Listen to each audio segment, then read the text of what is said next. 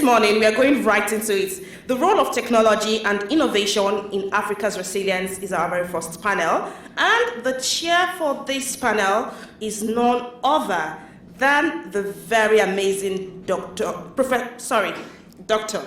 Laura Mann. She's an associate professor in international development at the London School of Economics and Politics. Her regional focus is East Africa, specifically Sudan, Kenya, and Rwanda, but she has also worked on collaborative research on ICTs and the business process outsourcing sectors in Asia and in Kenya. And she has conducted field work in North America as part of a project on digitization within global agriculture. Ladies and gentlemen, join me to give a very rousing welcome to Dr. Laura Mann.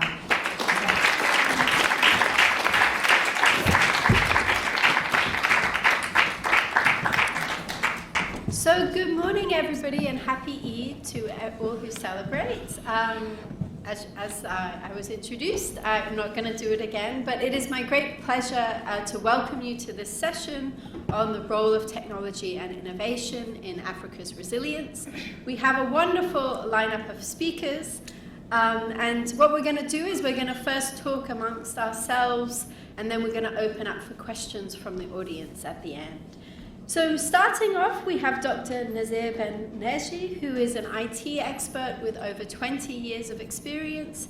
He is the former Minister of Communication Technology in Tunisia, where he spearheaded their national digital strategy.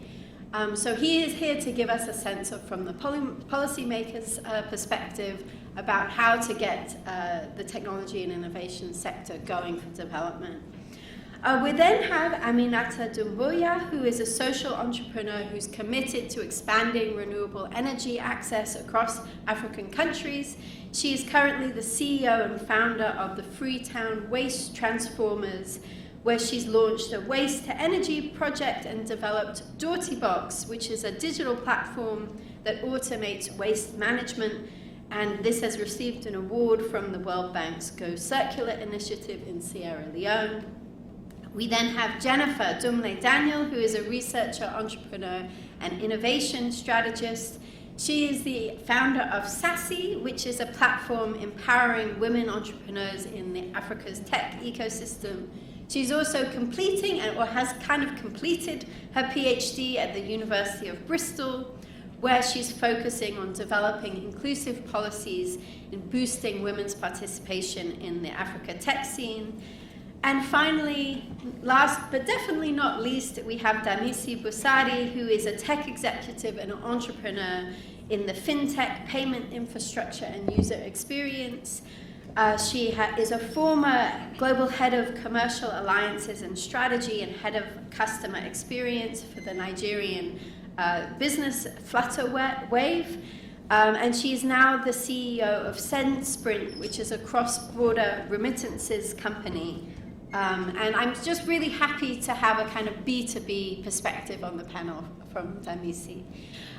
So just to start us off, I'm going to come and join you over here. Oops. And I wanted to start with a question to Nizar. So in your experience as a Minister of Communication and Technology, I wanted to ask you, what do you think is working well when it comes to the innovation and tech landscape within African countries, and what do you think is more challenging to get right? First of all, I would like to thank you for the invitation and for having me with you in this event. I think I'm the first Tunisian to speak at LSE Summit of Africa. According to my experience, so let's take the case of Tunisia. So in Tunisia, it's the first African country who have launched the Startup Act program in 2019, and after 5 years, actually, we are preparing for the Startup Act 2.0, and it will be an innovation act, not only Startup Act, in order to promote the innovation ecosystem in Tunisia. And innovation, as you may know, it's a shared role between several departments, not only the telecommunication and the IT the department. So the telecommunication department has essentially the role of preparing the IT environment and the IT ecosystem in order to promote and in order to host the innovation solutions and the innovation technologies and the projects. And in Tunisia, we have set in place a strategy, and with a national digital strategy, and with this strategy, we intend to develop the legal framework. We need to update and to review the legal framework, and also the institutional framework and the technical framework. And we have set in place a stack of rules in order to promote this the IT and the innovation development in Tunisia. Let's say at the beginning, we need to recognize by laws and decrees, we need to recognize the electronic contents, and the digital contents, electronic documents, and also we need to give a legal value to them. That's why in Tunisia we have the legal framework for digital signature, time stamping, and for the electronic proofs. And also in the third layer we have software and hardware solutions, either imported or developed locally. We have homologation system, and we have certification system for security and for quality assurance. And to host them, we need to regulate the activity of hosting and housing and the cloud. We have, like the case of UK, we have N cloud and G cloud. We have national cloud and governmental cloud, recently introduced in Tunisia. It's a kind of labeling framework in order to have a sovereign cloud in Tunisia. And to reach the cloud, we need the network. That's why we need the telecom regulator, we need mobile network operators, internet service providers, and we need to regulate the network services at a national level. And we use all of this technology in order to deliver services. That's why in Tunisia we have specific regulations, specific codes for e-commerce, for e-health, for telemedicine, so for e-gov, for e-procurement. So we have specific regulation for each domain and each subdomain. And in addition to that, we need to protect the consumers of the electronic services. That's why we need to think about the protection of the privacy and the personal data protection. And on the top, we have cybersecurity and cybercriminality. So cybersecurity is important in order to build trust and in order also to regulate the activity of security audit at the national level, in order to regulate the activity of emergency response in case of incident. And if the incident is intentional, it's called cyber attack. That's why we need, on the top, we need cybercrime law. And with the cybercrime law, so we are protecting the consumers and we are protecting the businesses. And the last layer is about spreading digital culture. It's about digital inclusion, social inclusion, promoting digital entrepreneurship. So we have set in place a stack of rules, and together with these rules, we have a strong institutional framework. We have regulators, and we have several actors, either private or public, in order to well implement this strategy and to well implement this rule. So in Tunisia, we have government initiatives to promote the IT development and to promote innovation, and the role of the Ministry of Technology is to prepare the IT environment and also to prepare the techno parks and the cyber parks to host the projects and to host the innovation solutions. Okay, so I guess that what you're really drawing attention to is kind of setting a kind of predictable space, a safe space. I'm really happy that you kind of drew attention to consumer protection as well. So I also now want to get the perspective of Aminata as an entrepreneur. What do you think is the most useful thing that governments can do to help kind of not just firms, but homegrown firms scale up and build their businesses in this area? Excellent. Thank you for the opportunity to be here. I want to thank the organizers for putting such an insightful two-day session. And I also want to wish my fellow speakers and say thank you guys for being here, but mostly also to say Happy Mother's Day and Happy Eid to all of us. So as an entrepreneur that's working in the digital space, I think what's, some of the most critical policies that government can put in place, fiscal incentives. is one of the main ones, and that one can translate through tax credits and to encourage entrepreneurs and innovators to get in this space. Additionally, I think policies that will support funds, access to finance. For me, when I was able to develop the Waste Management app, it was through a grant that I received from the GSMA Innovation Fund. But that fund was not a local fund, right? So I think for governments, if they want to prioritize innovation, is really to look at setting up funds that will support local talent to be able to develop innovations. And also, I think having hubs and incubators that look to build capacity, especially for our youth, to encourage them to come on board to look at innovation. We all know that technological innovation is pivotal to Africa's development. So if we're talking about issues such as energy access and waste management and healthcare and agriculture, for us to be able to leapfrog, we need technology. And in order for us to prioritize any of those sectors, technology innovation has to be at the heart of it.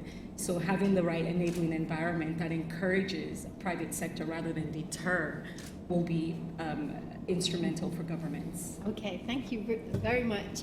I now want to go to Jennifer because we want to use all of your wisdom from your PhD. I'm wondering if you can kind of give us a sense from your research, when it particularly comes to women entrepreneurs, what have you found to be like the key factors or the key conditions to supporting women entrepreneurs? Thanks, Laura. I think there are three major things that we need to look at when it comes to supporting women in innovation and tech entrepreneurship. Tech entrepreneurship is a step further than just pushing women to study STEM subjects, right? And the most important one of all of them is funding.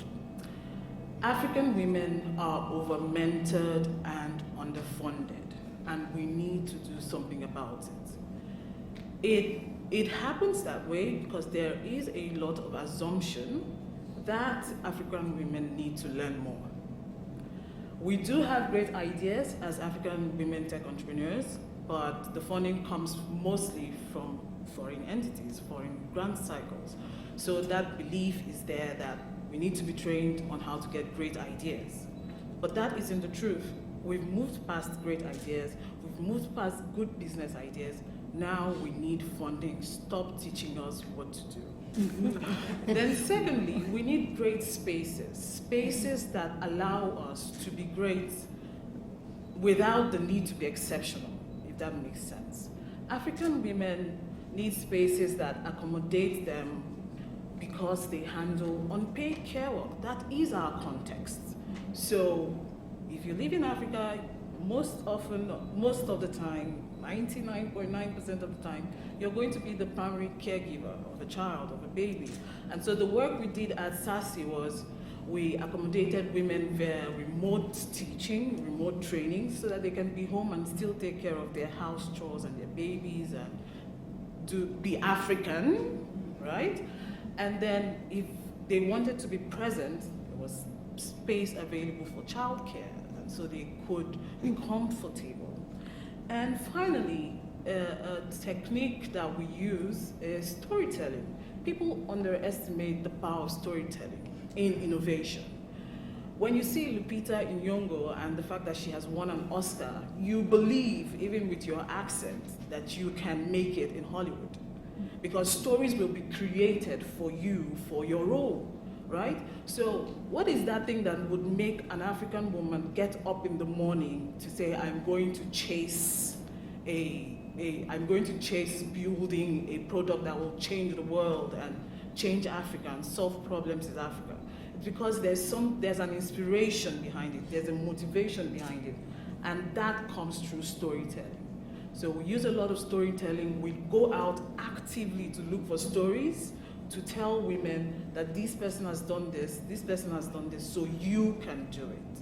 And those are the three ways that I believe, from my research as well, that we can push women further in innovation.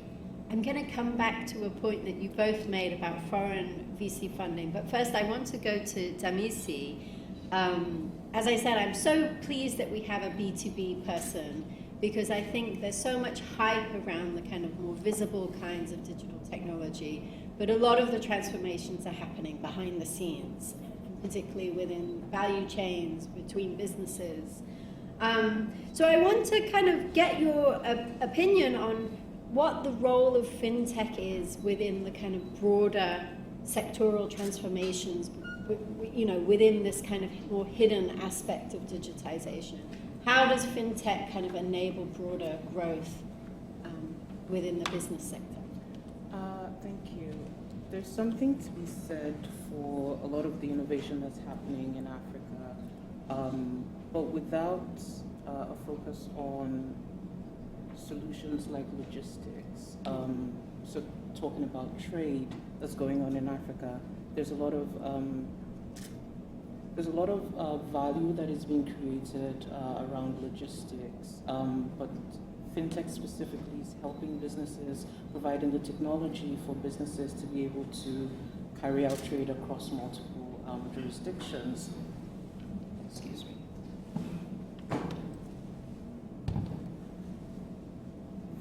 Products like M-Copper that is providing trade finance for small individuals and businesses to be able to create, you know, the products that they need to be able to carry out their services are not the idea that people have immediately around fintech solutions, but they're providing real-world value. And especially within the B2B context, you find a lot of solutions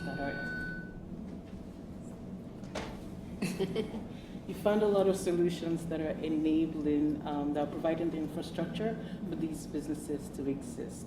When people think about fintech, there's, like you said, there's a lot of focus on, you know, individual use cases, but the value that a lot of the fintech infrastructure players, like your Flutterwaves, like your Chipper Caches, that have identified niches that these businesses need to operate and have done the hard work of solving for those problems, like you said, goes without being considered.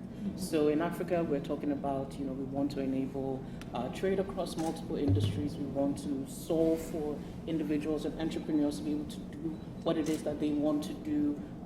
But it's very hard, especially because our countries, we don't spend the same currency. Our infrastructures all exist quite in silos. So many companies are doing the hard work of trying to connect the African businesses, and I think that what fintech is doing well is making it as easy as, you know, going on a website and signing up and providing not just, you know, hard infrastructure, you know, like trade financing, but also providing the very soft and easy ways for an entrepreneur to be able to carry out whatever it is that they want. This way, it's not without reason now for you know, an SME in Kenya to decide that they want to, you know, I have a business product that I want to sell, but the ideal consumer of my product is not just in Kenya, but is suddenly, or, you know, the ideal consumer is in Nigeria, is in Ghana, and there's so many, you know, solutions available. And I think that's something that is very unique to the African context, and should be celebrated, I think. Yeah. Okay.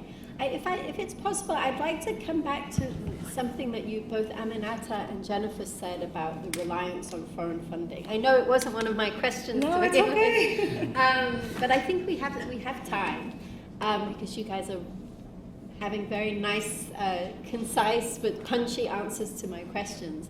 So I wanted to ask, what do you think would be different if there was more domestic funding? Right, if there wasn't so much reliance on foreign funding for innovation and technology, what do you think would be different? What would it allow you to do? Would it have a different agenda, a different vision?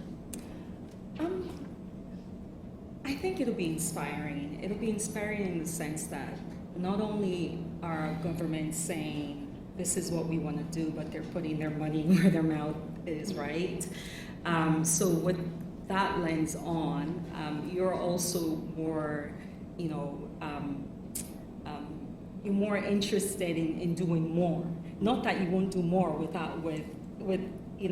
outside funding, but you know that this is homegrown and you're able to give back to your community. I really believe that our governments need to prioritize having an innovation fund that supports innovation. Jennifer, I think the two major things that would be impacted if we had funding internally would first be patient capital. And what that means is that people who are investing, they understand the context, they understand the realities of, say, for example, Nigeria.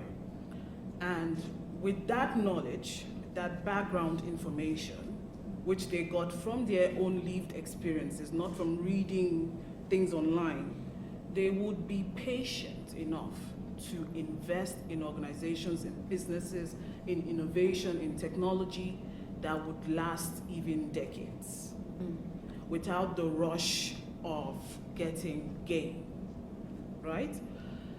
The other thing would be that foreign VCs have cycles. When we get funding internally, we would not need to wait for that cycle to come. And cycle is simply a time of the year when they give out monies, right?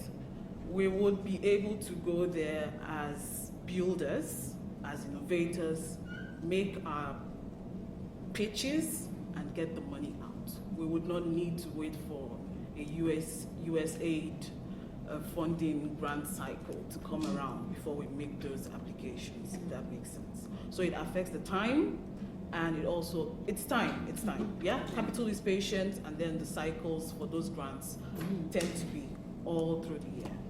and maybe a question for everyone, do you think there would be different priorities in terms of what would get funded or not? Would it be the same? No, it would definitely change. I believe that there would be more priority in public goods and services, and because the capital is patient, people can then innovate transportation systems that are localized, healthcare systems that are localized.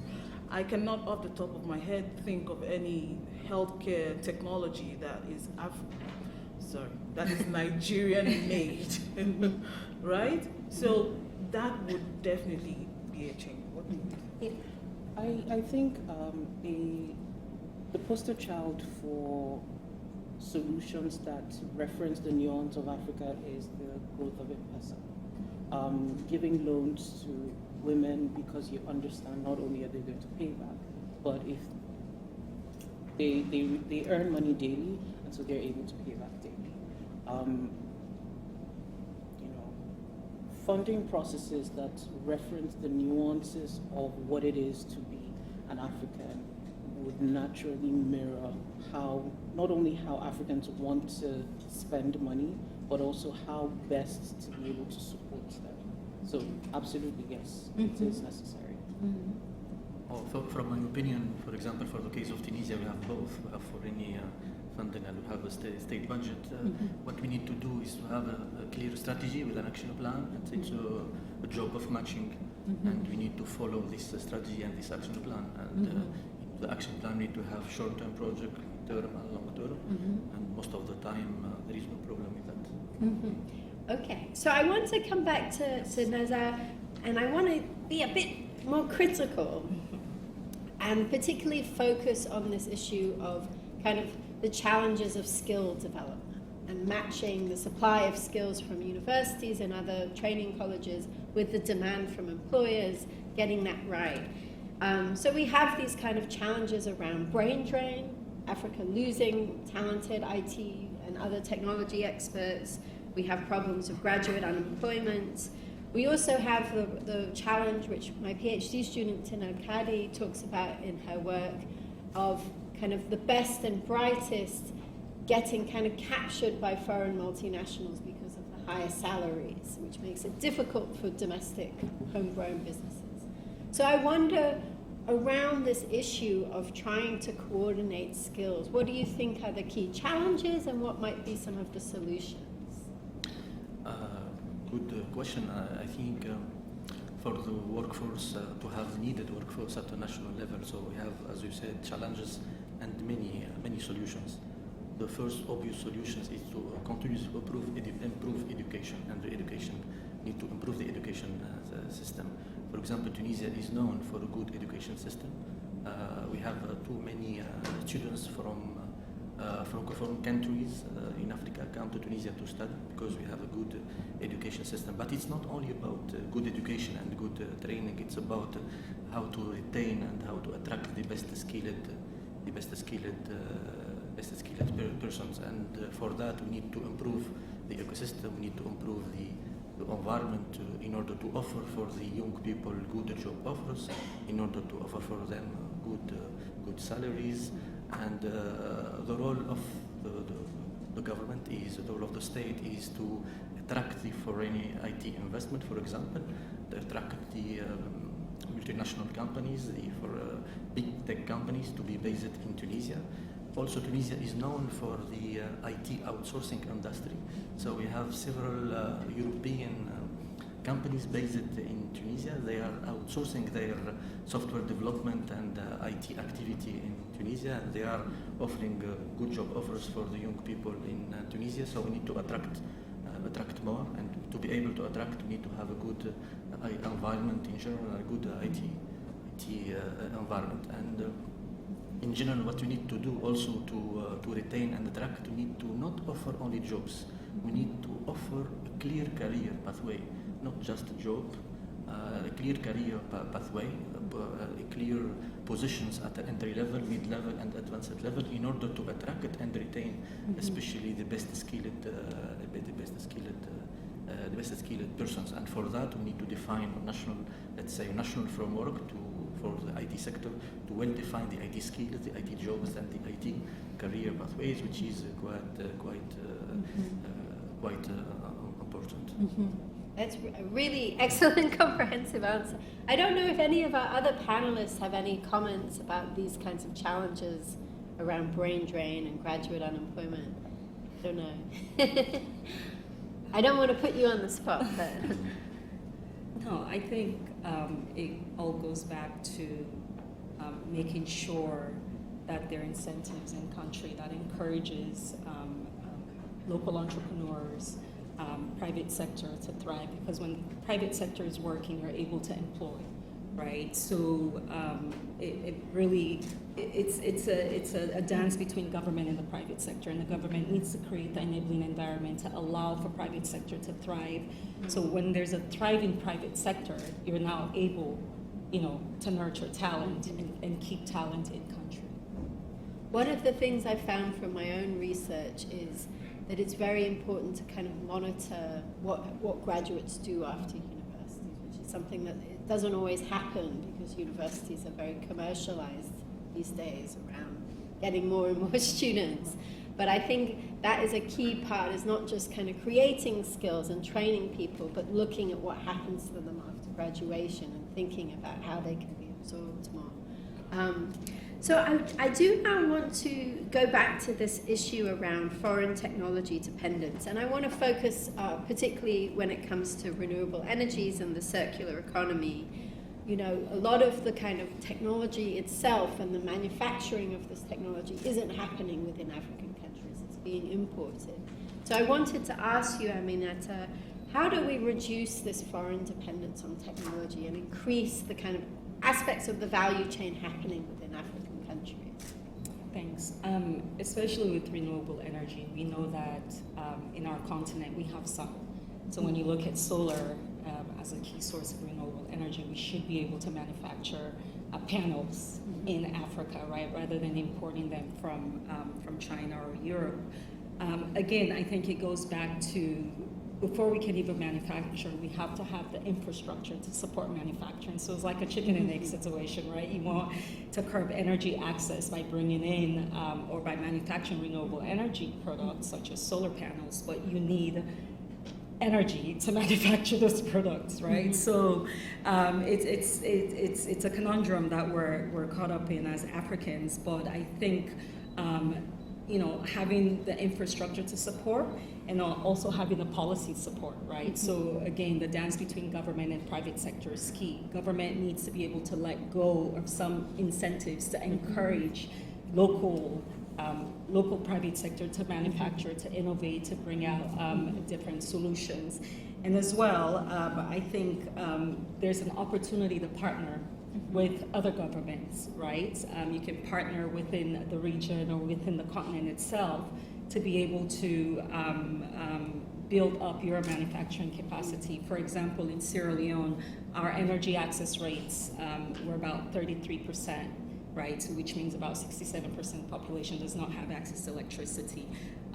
How we're working with the neighboring country is by buying power from Côte d'Ivoire, for example, to transfer to us. But with that, that's going to help us to be able to power up our manufacturing local. But you can't do local homegrown without certain things, and energy is a key and pivotal development goal that we need to achieve. So you need to be able to leverage what's happening within the region to then build your capacity to be able to manufacture.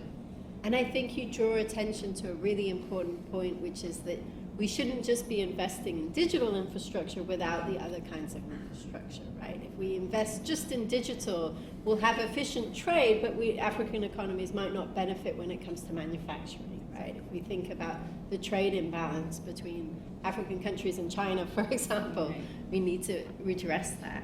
I now want to go to Danisi and talking a bit more about this kind of cross-border scale-up. And I want to ask you a little bit about your kind of experience within the kind of B2B or cross-border. What are the kind of key challenges of resolving kind of cross-border issues? I spoke about it earlier, the fact that we don't really have a centralized currency. There are challenges with trust. I don't know if payments is really the problem right now, as opposed to the harder work around solving the infrastructure problems that exist. So if we talk about trade, right, you want people to be able to to manufacture whatever, but if there's no infrastructure in country to support manufacturing, then how are they going to be able to have those products to be able to sell? They've now they found a way, because we're very resilient in Africa, they found a way to create these products. Let's talk about agriculture. But there's no electricity for storage. So then how are they moving those things across? And even when they do move those things across, logistics, how are they then able to find partners that understand the African context, are able to use the African logistics networks that we have to be able to move things across? I think the payments problem does exist, the cross-border payments problem does exist, but it's kind of further down the line. The real problems that need to be solved, unfortunately, also can't be solved by these small entrepreneurs. They're more governmental problems, and it's not a singular government issue. Governments together have to be all dialed in on solving these problems, because we're going to effectively fall back to what it is that we like to do, or we find ourselves doing a lot in Africa, which is pushing government problems on the people to solve, which can't be solved. Do you agree with that? Yes, totally. Yes, totally. So I finally want to go to Jennifer and talk about the challenge of, not just having research for research's sake, but how do you get research that's being conducted within universities and research centers into kind of a commercialization, into the real economy? Could you tell us a little bit about what your research has found in this area? Okay, so one of the most overlooked opportunities, if you ask me, in the African innovation landscape, I think, is research. We have brilliant researchers sitting on solutions to solve real problems in healthcare, agriculture, education, and energy. But there is a gap from research to real-world impact. So if we want to build resilient economies in Africa, we need to fill that gap. And the way to do that is we use research as a fuel for innovation. And that innovation has to be within our context. It works for us by creating technology transfer systems that work for us, right? We need to also be able to fund local research and development. And so we stop doing this thing where we import solutions or export our data, our research data, and then import solutions which could be technology solutions. But they aren't built for our context. They aren't built for our realities. We need to stop that, right? We need to be able to say our universities are the launch pads for innovation. We need to be able to say African researchers can become African tech founders. And so, to summarize it all, African innovation has to be research-led, it has to be homegrown, and it must be radically inclusive. And what does it take for innovation to be inclusive? It means that people, your users, the users of that innovation will be in the rural areas. Your users would be informal people, and it will surprise you, your innovation should also be built for women. You'd be so surprised at how much African founders have a default persona of the user of their innovation being one man, right? So your innovation should be open to women and all genders. And so that's what I believe is a way we can take research from the universities out there into the real world, out there into the public sector. Our research should not just stop in the journals and in the books. We need to take them out of the labs into the real world. Okay, excellent. So I would now want to ask all of you, if I had like a magic wand, and if I could wave it and remove some big challenge that you think is holding things back, what would that challenge be? I'm kind of slightly putting you on the spot here, but what is the kind of thing that drives you kind of crazy that you wish could be resolved? So I don't know who wants to go first. Well, Jennifer will go first. I think there's a misalignment and a mixed match between governments and the founders. I believe that there should be co-creation, there should be participatory design in those solutions. The public sector should dwell on removing barriers when it comes to early stage ideas.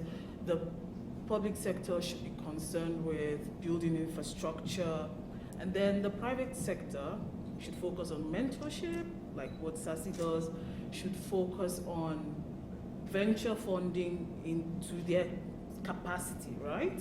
And then just let people build. Let's fund the founders, because we need founders that go on to build an ecosystem that can create stories that we tell up-and-coming founders to use as inspiration. And then we create this snowball effect. Else we're just going to be doing what we're doing. So what is my one fixing? Let's co-create, government and the private sector. Okay, and what do you think is stopping that from happening? I think governments put policymakers and academics in a room without the academics, the people who I call the practical people out there in the world. So we need to reduce that. I think there needs to be the academics, the policymakers, and the founders co-creating, participating in building these policies. And maybe to go back to your point about domestic funding, maybe around kind of tendering, kind of peer co-creation around funding pools and things like that. And It's happening. I mean, there's the African Continental Trade Agreement. People are coming together to build those kind of systems where it's not just policymakers. The business people are in the space as well. So if it's happening at the continental level, let's see it happen at a regional level, at a national level as well, and even at a city-wide level. Yeah. Okay. So now, who wants my one next? well, Yeah. I- Oh, now everybody. Well, I wish I had a one. Go for it, Aminata. No, before I get on my wand, I wanted to add on to what Jennifer talked about earlier about making sure that the innovations that we're creating are reflective of our societies. And to say that with my waste management app that I developed, I didn't just go and talk to tech people and say, develop this platform for me. It came out of a need, right? I've been in the waste management space for over 15 years, and it's just fraught with all kinds of challenges, right? Our collection rate, very, very low. So in my head, I wanted to do waste to energy, and I thought we need data. We need to be able to see where the waste is coming from, what types of waste are being generated, and who's transporting those waste. And that's what informed the development of the app. And whilst we were developing the app, we had community engagements. We didn't do this in silo. We met with the community, we talked to them about their challenges, and we were able to capture all of that and then design this architecture that actually puts women right at the heart and center of it. We know that households, the person in the household in Sierra Leone anyway that deals with waste management is usually the woman.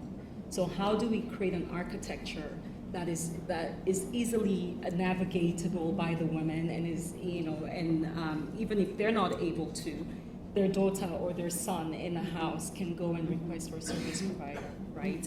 But to answer your question about the one, for me it's access to finance, having equitable finance facilities, grants to encourage our young entrepreneurs to come up with ideas. So pitch competitions that will offer them grants to be able to develop innovations for our communities. Mm-hmm. Yeah. Okay, who wants my one next? Go for it. In my opinion, I think we need to, with innovation, we need to target the real problems of our countries in Africa. I can share with you a recent publication, a recent announcement made by Smart Africa Alliance 1 month ago.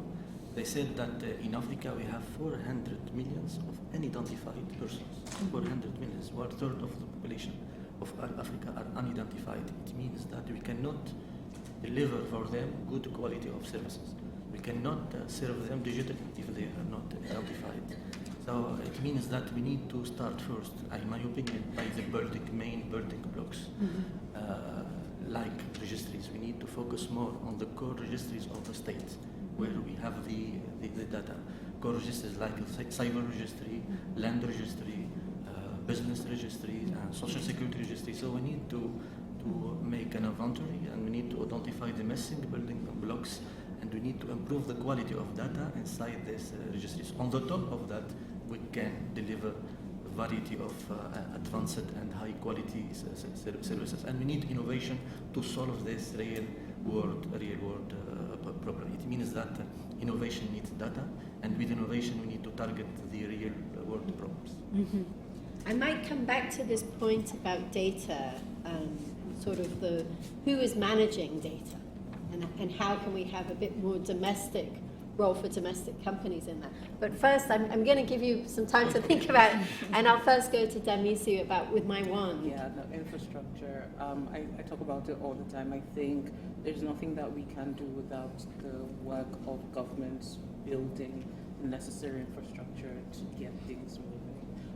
Even when we fund people, if people are spending half their funds or like a significant amount of money that they receive in creating power for themselves, running generators, for example, or thinking about other alternative ways to navigate around unfortunate government failures, it weighs too much on the individual. I think if there was anything to be solved, it would be government really stepping in to solve the infrastructure problems that we have. Fantastic. So just to go back to Nizar around this kind of, the tendency to kind of the most efficient, quick solution is often a foreign provider of data centers, for example. How do we get more kind of domestic firms involved with the kind of day-to-day management of data, open data up for more innovation? First of all, data and artificial intelligence are already used inside companies. For example, in the telecom sector, in the bank sector, they are already using data to improve their business and to maximize revenue. They are already using data to improve the quality of services delivered to their customers. But the challenge is how to link, how to aggregate data between several departments, between several companies, between several sectors. For that, we need a legal framework in order to regulate the activity of collecting, sharing, classifying data. So this is what we need at the national level. Even we need a regulatory body for data and for artificial intelligence in order to well use data, well share data, and implement several use cases across several economic sectors. Yeah, I think this is a key point. It's also something that comes out of my own research is we shouldn't think of digital tech as in a silo, but really the kind of real changes are things happening within sectors, working with people within those sectors around how to make digitization work for the challenges of that sector, which goes back to what Aminata was saying about the kind of bottom-up innovation. Yeah. Okay, I now want to open it up for questions from the audience. I think I'll take a couple at once. Okay, so I'm going to ask, first of all, for these two gentlemen over here, and then I'll take another round of some others. Maybe I'll take 3 questions. So we'll take these two gentlemen, and then we'll take the person in the white here. And I am going to answer. Thank you. My name is Kayode Adini, and I'm a master's student here studying digital innovation. So thank you, everyone. So I want to direct my question to Dr. Neji. You've had an incredible career progression. You've been a professional, like work in the practical space. You moved into academia as a professor, and you work in the political space. So, thumbs up. I just want to say that in your experience in all these sectors, how have they come together to help you shape the way you see things? Because it's not usually common for you to have people who have been in academia, who have been in the professional space, and also a political appointee. So how has all these experiences come together to help you in the way you prefer solution? Because you actually talk about something I would have asked about the DPI, digital public infrastructure, land registry, and all those things. So how does those things affect the way you see things? Thank you. Okay, and the person behind you. Okay, thank you so much. My name is Abdullah Adebayo. I'm a master's student at the University of Essex. Although I have like about 2-3 questions here. But I probably would start from Dr. Nizar. Basically, just to say that you've had some sort of experience in ICT, and of course you've worked with government.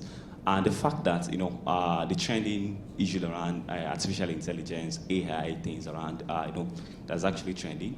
And certainly most of these AI things are actually not built in Africa. So how do we start looking into the part of the ethical usage for African?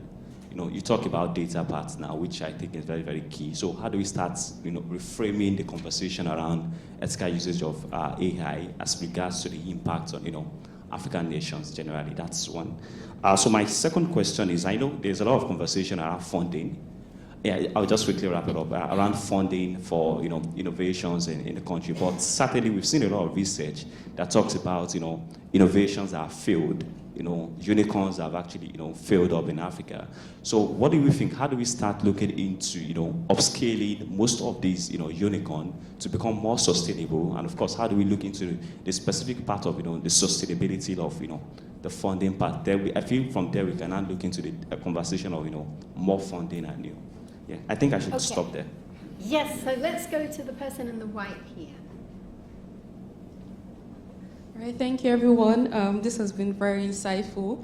And so I am Odnaka Chukwu, and I'm a program manager at an education nonprofit where we provide scholarship opportunities and leadership development for young people from various African countries to come study in the UK, and most importantly, take their education back home to improve their community. So I find this session very, very, very important for the scholars we work with. And there's something Jennifer said. She said African innovation must be research-led, homegrown, and all-inclusive. And for our scholars, one of the compulsory elements of the program is that they design a project that they're going to implement in their community. And I'm proud to say that they've ticked all three, which is great. So now, coming down to the two major challenges is that of infrastructure and funding. I'm very glad that we have CEOs and founders on this panel. And if you could give one practical advice, because I know, yes, we want government to do things, and that's in the future, but we're telling them they're the leaders of today.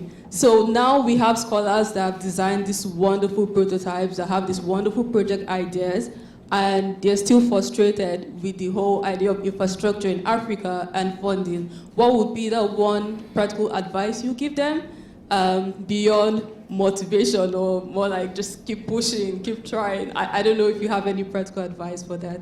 Thank you. Okay, so we'll start with those questions. And although a couple were directed at Nizar, if you guys have something to add, you're very welcome to. I'm going to ask people for questions for you guys in the next round. Okay, so start us off. To try to interact with the questions, so to be able to succeed, in my case in Tunisia, to be able to succeed in implementing the strategy and the action plan.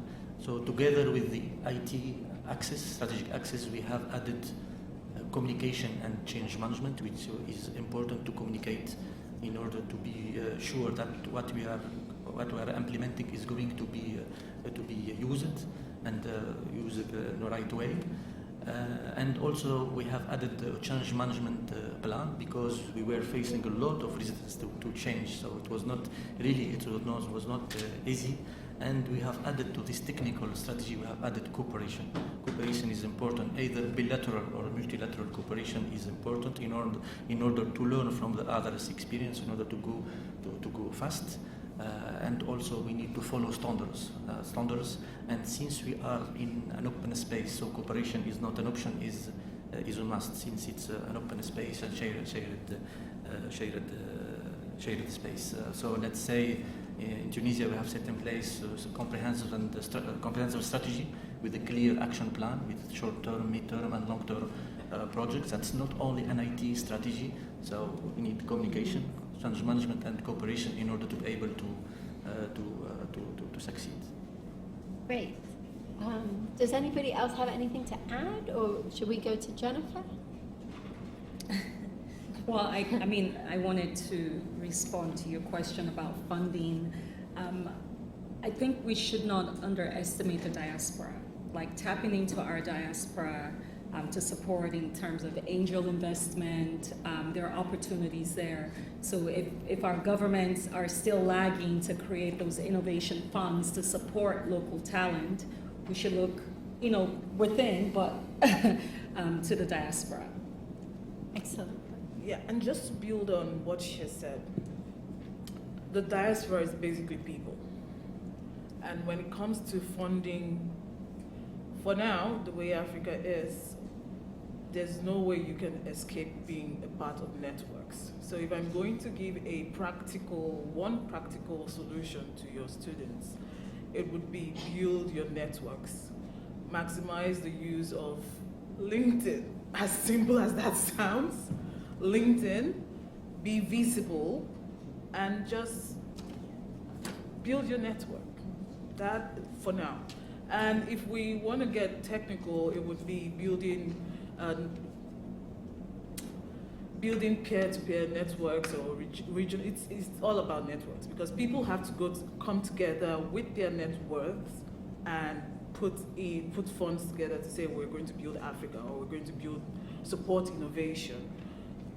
But that's on a higher scale. For now, as individuals, it's the only practical thing to do if we do not want government input would be build your network, be a part of networks, and of course, pitch and go to hackathons. But I'm not a believer that Africa can build technological ecosystems or innovation with hackathons and pitching. And that's why I'm an advocate of patient capital And patient capital can only almost always come from within. Yeah. I think what needs, this probably goes against the grain, but kind of referencing the question around governance, part of the problems that you see in a lot of businesses and why they fail is because a lot of people that have great ideas have probably not really learned how to exist in a corporate space. And so what I would say is maybe you find a company that is doing something somewhat related to something that you really believe in and get that corporate work experience. Not only would it allow you the time to really think and in your spare time develop your idea properly, it would also really teach you how to be a corporate professional, because that skill of being a corporate professional goes all the way back to corporate governance and things like that, and really goes into why a lot of companies fail, because the leaders don't know how to lead, but also don't know how to lead people. Can I just go to build on that with asking a question of Aminata? How do we convince people, though, to leave those cushy corporate jobs once they've got that experience? Because I think this is kind of your background, right? That you made that leap. So, for me, I was in corporate America, right? I worked during the tech boom. I worked in Silicon Valley, but my passion to want to be a part of the socioeconomic transformation that Sierra Leone or Africa needed to have was much greater than that corporate desire. So I moved home. And at the time, obviously I was shocked because I hadn't lived in Africa, and so I went into the corporate space in Africa. But I realized that it wasn't a fit for me. They couldn't pay me what I'd been used to, and I couldn't make the impact that I wanted to make. So I pivoted and I set up my own company. So my first company was a marketing company, Pinnacle. I set that up in 2007, 2008, I believe. But for me, it wasn't about the money, because if it was for the money, I would have been in California working in Silicon Valley. It was doing something that was gonna move the needle for my people. So when I started a marketing company, I realized that there were local companies that really weren't connecting with the consumers, right? So that informed me to set up that. And then my second company was a shared workspace. I realized that there were a lot of businesses or companies coming into the country, but they didn't have like a soft landing services that would enable them to register companies. And so I set up BSI. So my drive to be an entrepreneur was always to support, to see how I can move the needle and give back in the development of Sierra Leone. So how do we convince other people to leave their cushion jobs? There has to be a purpose behind it. And for me, the purpose was for socioeconomic transformation. So it's about that balancing of the practical experience, getting the skills, but then also encouraging people to do something else as well. Right. Exactly. Okay, fantastic. So let's go for more questions. Laura, yeah. Yeah, I want to build up on what Damisi has said about learning to be a leader and fundraising. It's really important to learn. The education part of this thing called building a business is so important.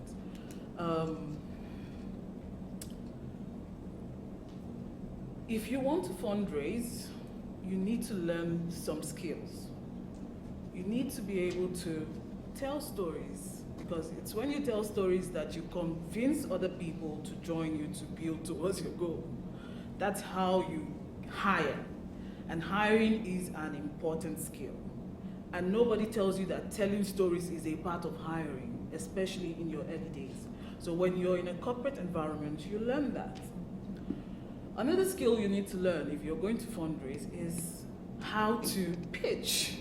What should what's the slides? Yeah, how should your pitch deck look? Is it standard enough? those are things that when you work in a corporate environment like Flutterwave, you learn, you have the eye for that thing, if that makes sense, right? So the education and the learning part and the fact that it does take time to learn those things and you have to be patient enough to go through that process, just like she said, is very important. Okay, I want to get a couple more questions because, okay, so I know Lena had a question, and we'll take 3, but if you could all be quite concise. So Lena first. Thanks for letting me ask a question as an organizer. I will make it brief. So a lot of you have success stories in your own contexts and countries, and I'm interested from policy, entrepreneurial, and academic experience. Can any form of Pan-Africanism help this use of technology and innovation for the whole continent rather than a couple success stories in separate countries? Thanks. Okay, and then the person here. Thank you very much. My name is Ayo. I'm a PhD student at Cranfield University. Interesting to see that most of the panel are women today. Amazing. We're talking about inclusivity and building technology for everyone. We still have, certain African countries, even in Nigeria, where I'm from, and others, we still have issues with internet access in these rural areas. And, this can't be possible without that. What are the ways we can quickly, or the lowest hanging fruit, to quickly address this at scale in those areas? And secondly, the role of technology in innovation. Leadership, as we've rightly mentioned, is a big issue. What can we do to enhance transparency in election using technology or artificial intelligence? Thank you. Okay, and the last question, I think, was down here. I'm being a bit naughty with time. So, really quick question. How has Trump changed the game? And if so, how? Was that climate? Trump. Trump! Oh, sorry. Trump 2.0. He's another kind of climate change. He's a tsunami. Okay, so let's maybe, who wants to go first? Should I ask? For the case of the connectivity, so it's quite important. For example, in Tunisia, recently we have launched a project called EduNet 10, EduNet 10. It's about connecting 3,300 primary and secondary schools with the fiber optic network, and we intend in the second phase to extend this network to reach the other public and private entities in all regions of Tunisia. So we need big project to improve connectivity, and we need to work more on white zones, and also we need to work more on interconnecting the government, also the government entities to be able to deliver services. So we need first connectivity. So I totally agree with you, and we need a big project for that. And recently Tunisia have launched also 5G. 5G, it was launched at the beginning of this year, and Tunisia is the first North African country to launch the 5G to improve also the connectivity. So we need to focus on connectivity and on providing the IT resources in order to boost innovation across sectors. Yeah, no, I just want to add to your question. I think for the case of Sierra Leone, and I'm sure most of African countries, the mobile penetration is very, very high. Sierra Leone, we're north of 90%, right? That's in the urban, and then in the rural areas about 50, 60%. But I think leveraging mobile penetration to add on is key. Also, one of the things that we did with our app, when we first launched it, it was for Android and iOS.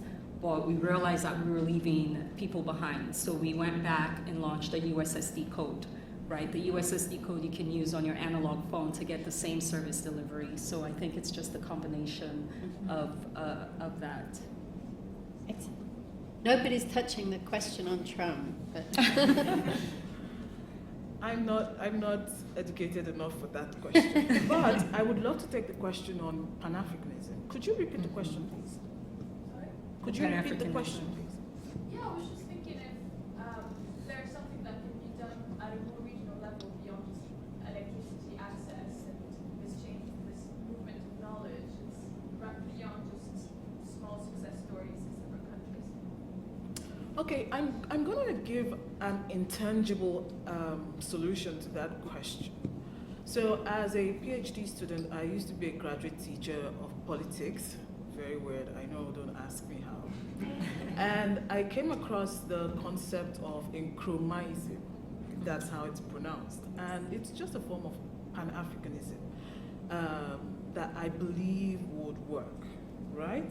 And I think a part of that is us knowing our identity and knowing that this is our problem and we want to solve our problems. Whether it's continental or regional, West Africa, North Africa, or just a state or a nation, right?